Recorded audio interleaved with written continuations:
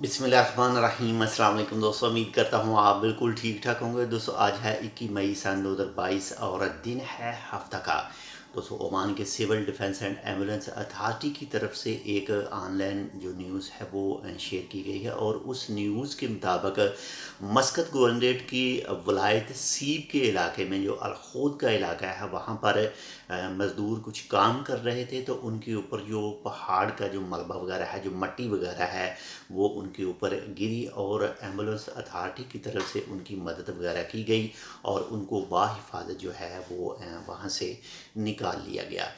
तो हम लोग तमाम जो भी लेबर है, जो भी काम करने के लिए अपने मुल्कों से ओमान के अंदर आए हैं, तो हम सबको जितनी भी एहतियाती तदाबीर civil defence and ambulance authority की तरफ से बताई जाती हैं वो लाजमी फ़ॉलो करनी चाहिए। और हमें ख़ुद भी ये तमाम चीज़ें देखनी चाहिए कि जहाँ पर हम लोग काम कर रहे हैं वहाँ कोई ख़तरा तो मौजूद नहीं है। अगर कोई ख़तरा वहाँ पर मौजूद है तो जो भी आपका हमारा जो भी फोरमैन है, जो सुपरवाइज़र है, उसके साथ बातचीत करनी चाहिए कि यहाँ पर ये ख़तरा हो सकता है, और जितनी भी सेफ्टी की चीज़ें हैं वो तमाम करनी चाहिए ताकि हम लोगों को कोई भी जो है वो नुकसान ना हो सके और सेफली तौर पर ओमान के अंदर काम कर सके। ओमान के अलावा अगर किसी भी दूसरी कंट्री में मौजूद हैं तो वहाँ पर सेफली तौर पर काम कर सकें, और हमारे साथ जो हमारी फैमिली अटैच है, हमारे जो फैमिली मेम्बरान जिनमें माँ बाप, वालदैन, बीवी, बच्चे, बहन भाई सब हैं,